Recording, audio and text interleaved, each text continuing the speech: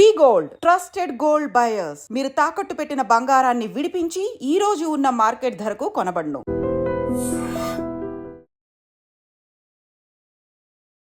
Hi hello నమస్తే, welcome back to iDream media. ఈరోజు మనతో ఉన్నారు క్యూపీఎఫ్పీ అయిన రమేష్ పసుపులేటి గారు. సార్తో మాట్లాడుతున్నాం డెట్ మేనేజ్మెంట్ అనేది ఏంటి, దాన్ని ఎలా చేయాలనే దానిపై. Hi sir. హాయ్ అండి. సార్, ఈ డెట్ మేనేజ్మెంట్ అనేది ఫైనాన్షియల్ లెసన్స్లో ఒక మేజర్ ఇంపార్టెంట్ లెసన్ అని చెప్పొచ్చు. అది దీనికి సంబంధించి చాలా ఇన్ఫర్మేషన్ తెలియకపోవడం, అవగాహన లేకపోవడం వల్ల చాలామంది ఫైనాన్షియల్గా నష్టపోతున్నారు. కాస్త దీన్ని ఏ విధంగా యూటిలైజ్ చేసుకోవాలో ప్లీజ్ చెప్పండి. డెఫినెట్గా అండి. కంపల్సరీగా ఏంటంటే మనం వెల్త్ క్రియేట్ చేయడం అంటే ఫస్ట్ పాయింట్ ఏంటంటే మన అప్పులు తగ్గించుకోవడమే. సో మనం అప్పులు ఉన్నంతకాలం మనం ఎంత వెల్త్ క్రియేట్ చేసినా ఉపయోగం లేదు. ఎందుకంటే మనకి సపోజ్ వెల్త్ మ్యూచువల్ ఫండ్స్లో కానీ రియల్ ఎస్టేట్లో కానీ 12% రిటర్న్ వస్తుంది. కానీ అప్పులు చూస్తే 2 రూపీస్ ఇంట్రెస్ట్, 3 రూపీస్ ఇంట్రెస్ట్ అంటే 24%, 36% బయట అప్పులు ఉన్నాయి. సో మనం ఎంత దాచిపెట్టినా కూడా ఉపయోగం లేదు. సో కంపల్సరీగా ఏం చేయాలంటే వెల్త్ మేనేజ్మెంట్లో ఫస్ట్ స్టెప్ చేయాల్సింది ఏంటంటే అప్పులు తీర్చడమే. అసలు ఫస్ట్ ఆఫ్ ఆల్ అప్పులు ఎన్ని రకాలు ఉన్నాయో చూద్దాం. సో అప్పులు వచ్చేసి 2 రకాలు ఉంటాయి మేజర్లీ. సో ఒకటి వచ్చేసి ఆర్గనైజ్డ్, రెండోది వచ్చేసి అన్ఆర్గనైజ్డ్ లోన్స్ ఉంటాయి. సో ఆర్గనైజ్డ్ అంటే మనకు బ్యాంకుల ద్వారా, లేకపోతే క్రెడిట్ కార్డ్స్ కానివ్వండి, లేకపోతే ప్రైవేట్ ఫైనాన్స్ బ్యాంక్స్ కానివ్వండి, సో వీటి ద్వారా తెచ్చేదాన్ని ఆర్గనైజ్డ్ అంటారు. వీటిలో ఏమవుతుందంటే మనం కట్టకపోతే వాళ్ళు హ్యాపీగా సిబిల్ తీసేసుకుంటారు. సో సిబిల్ తగ్గించేస్తారు. రేపు సిబిల్ లేకపోతే జాబ్సే రావు. సో ఫ్యూచర్లో సిబిల్ లేకపోతే మనిషి ఉన్నా లేనట్టే, అలాంటి సిచ్యువేషన్కి వచ్చేస్తుంది. సో రెండోది వచ్చేసి అన్ఆర్గనైజ్డ్ లోన్స్. ఇవేం చేస్తారంటే ఈ ఆర్గనైజ్డ్ లోన్స్ తీర్చడానికి కోసం అప్పులు చేస్తారు. లేదంటే ఆర్గనైజ్డ్ లోన్స్ రాలేదనుకోండి, అప్పుడు ఏం చేస్తారంటే బయట 2 రూపీస్ ఇంట్రెస్ట్కో, 3 రూపీస్ ఇంట్రెస్ట్కో, కొంతమంది 5 రూపీస్ ఇంట్రెస్ట్కి, కొంతమంది 10 రూపీస్ ఇంట్రెస్ట్ తీసుకొస్తారు. ఆ తర్వాత ఏమైందంటే ఇంకా అవి కట్టలేక డిఫాల్ట్ చేస్తారు, తర్వాత ప్రాబ్లమ్స్లో పడతారు. సో అందుకని చెప్పేసి first of all CIBIL maintain చేయడం చాలా ఇంపార్టెంట్. ఎందుకంటే ఆర్గనైజ్డ్ లోన్స్లోనే ఉండాలి, వీలైనంత వరకు ఆర్గనైజ్డ్ లోన్స్లోనే ఉండాలి. ఆర్గనైజ్డ్ లోన్స్ ఏంటంటే మనకు సిబిల్ బాగుంటే 830, 8 లేకపోతే 800, 750 అబవ్ ఉంటే మనకి ఏం చేస్తారంటే బ్యాంక్స్ 10%, 11%కి పర్సనల్ లోన్స్ ఇస్తాయి. 10 to 11%కి పర్సనల్ లోన్స్ ఇచ్చేస్తాయి. దాని ద్వారా అంటే రూపాయి వడ్డీకి వచ్చేస్తాయి. మనకి హ్యాపీగా రూపాయి వడ్డీకి వచ్చింది అనుకోండి, ఇవాళ రేపట్లో రూపాయి వడ్డీ తీర్చవచ్చు. సో మనకు కూడా ఎక్స్చేంజ్ రేటు రూపాయి వడ్డీ పెద్ద ప్రాబ్లం కాదు. అందుకని గుడ్ లోన్స్ అని ఎందుకు వేటిని అంటారంటే గోల్డ్ లోన్స్. ఎందుకంటే 8 to 9% గోల్డ్ లోన్స్ ఉంటాయి. తర్వాత home loans 8 to 9% home loans ఉంటాయి. తర్వాత ఎడ్యుకేషన్ లోన్స్ ఇవి 9 to 10% ఉంటాయి. సో వీటిని గుడ్ లోన్స్ అంటారు. వీటన్నిటికీ ఇంకో థింగ్ ఏంటంటే కొన్ని కొలాటరల్ లోన్స్ ఉంటాయి. అంటే ఇప్పుడు హోమ్ లోన్స్ ఉంది, ఇది కొలాటరల్ లోన్, అంటే ఇది సెక్యూర్ లోన్ కిందకు వస్తుంది బ్యాంక్కి. సో మనం కట్టకపోతే వాళ్ళు హోమ్ తీసుకుంటారు కాబట్టి వాళ్ళు 8 to 9%కి ఇస్తారు. గోల్డ్ ఉంది, ఇది కూడా బ్యాంక్ సెక్యూర్ లోనే, మనం కట్టకపోతే వాళ్ళు గోల్డ్ తీసేసుకుంటారు కాబట్టి అది కూడా 8 to 9%కి ఇస్తారు. ఎడ్యుకేషన్ లోన్ అంటే అది గవర్నమెంట్ కంపల్సరీగా ఇవ్వాలని చెప్పింది కాబట్టి అది కూడా దాని కొలాటరల్ ఉన్నా లేకపోయినా కూడా 8 to 9%కి ఇస్తున్నారు. సో ఇంకా అన్సెక్యూర్డ్ లోన్స్ ఉంది. అన్సెక్యూర్డ్ లోన్స్ అంటే ఏమేమి వస్తాయి, ఈ పర్సనల్ లోన్స్ వస్తాయి. సో పర్సనల్ లోన్లో కూడా ఏంటంటే మనం ఎక్కువ లోన్ తీసుకుంటే తక్కువ ఇంట్రెస్ట్ పడుతుంది.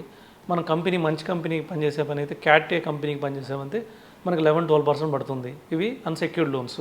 అంటే మనం ఏం కట్టకపోయినా వాళ్ళకి తీసుకోవడానికి ఏముండదు, కానీ మన సిబిల్ తగ్గిపోతుంది.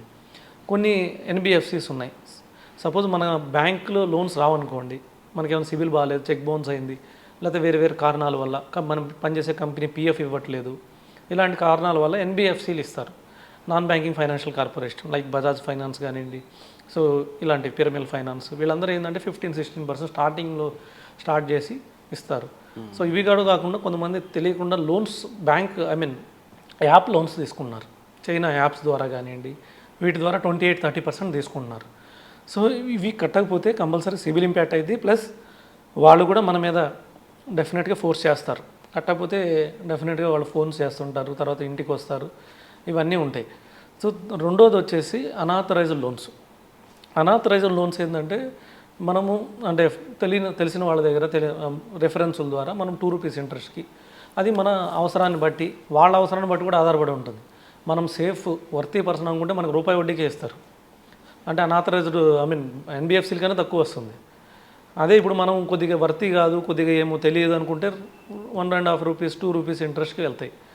లేదు ఇంక మన ఎమర్జెన్సీ అనుకోండి, దాన్ని బట్టి 3 రూపీస్, 5 రూపీస్, 10 రూపీస్ అట్లా వెళ్తాయి. సో ఇట్లా వెళ్ళినప్పుడు ఏమవుతుందంటే అవి పెద్ద ప్రాబ్లం అయిపోతాయి. సో ప్రాబ్లం అయ్యి మన వెల్త్ను మొత్తం తినేస్తాయి కంపల్సరీ. సో అందుకని ఏం చేయాలంటే ఫస్ట్ చాలామంది ఏం చేస్తున్నారంటే ఇన్వెస్ట్మెంట్ చేస్తున్నారు, ఇన్వెస్ట్మెంట్స్ ఆపేసేయాలి. ఈ డెట్స్ ఫస్ట్ ఎలా క్లియర్ చేయాలో చూద్దాం. సో ఫస్ట్ డెట్స్ క్లియర్ చేయాలంటే ముందు ఇన్వెస్ట్మెంట్స్ అన్నీ ఆపేసేయాలి. అంటే మనం మ్యూచువల్ ఫండ్ ఎస్ఐపి కడుతున్నాం, ఎల్ఐసి పాలసీలు కడుతున్నాం, అన్నీ ఆపేసేయాలి. ఒక టర్మ్ పాలసీ కంటిన్యూ చేసుకోవాలి, ఒక హెల్త్ పాలసీ కంటిన్యూ చేసుకోవాలి, మిగతా ఇన్వెస్ట్మెంట్స్ అంతా ఆపేసి వీటికి సిప్ ద్వారా కట్టాలి. వీటికి సిప్ ద్వారా కట్టినప్పుడు ఇవి క్లియర్ అయిపోతాయి. రెండోది ఏంటంటే హై ఇంట్రెస్ట్ లోన్స్, అంటే వీటన్నిటి ఒక బుక్లో రాసుకోవాలి. సో హై ఇంట్రెస్ట్, తర్వాత మీడియం ఇంట్రెస్ట్, తర్వాత లో ఇంట్రెస్ట్ ఇలా రాసుకోవాలి. అప్పుడు ఏం చేయాలంటే ఫస్ట్ హై ఇంట్రెస్ట్కి క్లియర్ చేయాలి. రెండోది ఏంటంటే పక్కనే మనం ఇంకో విధంగా ఏం రాసుకోవచ్చు అంటే ఎక్కువ లోన్ ఏదేముంది, సపోజ్ 10 లక్షలు ఉంది అదొకటి, 5 లక్షలు ఉంది ఒకటి, 2 లక్షలు ఒకటి ఉంది, 50,000 ఒకటి ఉంది, ఫస్ట్ 50,000 తీర్చేయాలి. ఎందుకంటే టూ మెనీ లోన్స్ ఉన్న ప్రాబ్లమే, గుర్తుండదు. చాలామంది ఏదో మిస్టేక్ చేస్తున్నారు, టూ మెనీ క్రెడిట్ కార్డ్స్ ఉన్నాయి, ఒకటి మర్చిపోతున్నారు, అది సిబిల్లో బౌన్స్ పడుతుంది, తర్వాత వాళ్ళకి సిబిల్ లాస్ అవుతుంది, వాళ్ళకి లోన్స్ రావట్లేదు. సో ఇది అందుకని చెప్పేసి కంపల్సరీగా debt management, first debt management ఈ విధంగా చేసుకోవాలి. First investment clear close, first loans close చేసుకోవాలి, క్రెడిట్ కార్డ్స్ కూడా. నాకు కూడా ఒక కస్టమర్ రీసెంట్గా ఒక లేడీ కస్టమర్ అడిగితే ఆమెకు అదే చెప్పాను, ముందు మీరు సిప్లు చేస్తున్నారు, సిప్ స్టాప్ చేయండి, ముందు మీ క్రెడిట్ కార్డ్స్ క్లియర్ చేయండి, సో తర్వాత ఇన్వెస్ట్ చేయమని. ఇంకొకటి ఏంటంటే అనాథరైజ్డ్ లోన్స్లో ఇదే యాక్చువల్లీ ఏంటంటే ఫ్రెండ్స్ దగ్గర తీసుకుంటారు, ఫ్రెండ్స్ దగ్గర అంటే ఇంట్రెస్ట్కి రావు ఇవి, జస్ట్ ఫ్రెండ్స్ దగ్గర హ్యాండ్ లోన్ తీసుకుంటారు. ఇవి చాలా డేంజరస్. ఇంకా ఇవాళ రేపట్లో హ్యాండ్ లోన్స్ ఏమవుతున్నాయంటే 90% తిరిగి రావట్లేదు. ఫ్రెండ్కి లోన్ ఇస్తే ఏమవుతుందంటే ఫస్ట్ పాయింట్ ఏంటంటే మనం మళ్ళీ అడగలేము, రిక్వెస్ట్ చేయాలి. ఫస్ట్ వచ్చేసి మనం డబ్బులు ఇచ్చామనుకోండి, ఇచ్చేటప్పుడు వచ్చేసి వాళ్ళు రిక్వెస్ట్ చేస్తారు, తర్వాత మనం రిక్వెస్ట్ చేయాలి డబ్బుల కోసం. రెండోది వచ్చేసి వాళ్ళు కూడా ఎలా తీసుకుంటారంటే ఫ్రెండ్స్ అనేది లాస్ట్ ప్రయారిటీ తీసుకుంటారు. ఫస్ట్ వచ్చేసి వాళ్ళు కూడా ఒక పేపర్ మీద రాసుకుంటారు, ఫస్ట్ కట్టాల్సినవి ఏంటి, 3 రూపీస్ ఇంట్రెస్ట్లు, 5 రూపీస్ ఇంట్రెస్ట్, 2 రూపీస్ ఇంట్రెస్ట్లు, 1 రూపీ ఇంట్రెస్ట్లు, ఇవన్నీ కట్టేసిన తర్వాత మనకు ఫ్రీ కదా, ఇంట్రెస్ట్ ఫ్రీ కాబట్టి లాస్ట్ రాసుకుంటారు. సో అందుకనే ఫ్రెండ్కి ఇచ్చినప్పుడు ఏం చేయాలంటే మనం అది లాస్ కింద రాసుకోవాలి, మనం పోయి అనుకుని రాసుకోవాలి, వస్తే లాభం కింద రాసుకోవాలి, దొరికినాయి అన్నట్టు రాసుకోవాలి. లేకపోతే ఫస్ట్ పాయింట్ ఏంటంటే ఫ్రెండ్షిప్ పోతుంది, ఫ్రెండ్షిప్ పోయింది. రెండో పాయింట్ ఏంటంటే మనకి వాళ్ళకి ఇచ్చి మనం ఏమైనా వాళ్ళు ఏమైనా చేసుకున్నారు అనుకోండి ఫ్యూచర్లో, అదో తలకనే మనకి. సో ఎందుకంటే వేధింపుల వల్ల అయిందని చెప్పేసి ఇలాంటి ఇన్ని రిస్కులు ఉన్నాయి కాబట్టి డెట్ మేనేజ్మెంట్లో కంపల్సరీగా ఫస్ట్ ఆఫ్ ఆల్ వచ్చేసి అప్పు చేయకూడదు. రీసెంట్గా బ్రహ్మానందం గారు కూడా ఒక ప్రాడక్ట్ చెప్పారు, అప్పు వీలైనంత వరకు చేయకూడదు. మనం కూడా ఎవరైనా సరే వీలైనంత వరకు అప్పు చేయకూడదు. క్రెడిట్ కార్డులు అసలు యూజ్ చేయకూడదు, క్రెడిట్ కార్డు ఇంట్లో పెట్టేసేయాలి. ఉంటే క్రెడిట్ కార్డు ఏదో సివిల్ కోసం యూజ్ చేయాలనుకుంటే బీరువాలో పెట్టాలి, అసలు పర్సులో క్రెడిట్ కార్డు ఉండకూడదు, పర్సనల్ లోన్ కూడా వీలైనంత తీసుకోకూడదు. ఇంకా హోమ్ లోను ఇలాంటి గుడ్ లోన్స్ కాబట్టి ఏమైనా అవసరం అయితే ఒక అసెట్ కొనాలంటే, హోమ్ లోన్ అంటే మనం హోమ్ తీసుకుంటాం, హోమ్ కొంటుంటాం. సపోజ్ హోమ్ లోన్ 8 to 9% మనం పే చేస్తున్నా కూడా హోమ్ పెరుగుతుంటుంది. ఇప్పుడు పర్సనల్ లోన్ ఇంట్రెస్ట్ ఎలా ఉంది sir? 12% average, on average 1 rupee interest ఉంది పర్సనల్ లోన్. అది అన్ని సిబిల్ అని బాగుంటాయి, సిబిల్ ఏం బాగాలేకపోతే 15-16%, 18% దాకా ఉంది. సో ఇప్పుడు గోల్డ్ కొంటుంటారు కొంతమంది, గోల్డ్ లోన్ తీసుకుని. ఆ గోల్డ్ కొనడం కూడా మంచిదే, ఎందుకంటే గోల్డ్ పెరుగుతుంటుంది. అంటే యాక్చువల్గా థియరీ ప్రకారం ఏంటంటే ఒక అసెట్ కొనడానికే ఒక లోన్ తీసుకోవాలి, అంతేగాని ఒక లోన్ తీసుకొని ఇంకో లోన్ కట్టడం. కొంతమంది కార్ లోన్ తీసుకుంటుంటారు, అది పెద్ద మిస్టేక్, ఎందుకంటే కార్ డిప్రిషియేట్ అవుతుంది. సో మనం లోన్ తీసుకొని కడితే ఉపయోగం లేదు. అదేదో మనం మ్యూచువల్ ఫండ్ ఎస్ఐపి ద్వారా డబ్బులు సేవ్ చేసుకొని డైరెక్ట్ కట్టి కార్ తీసుకోవడం బెటర్.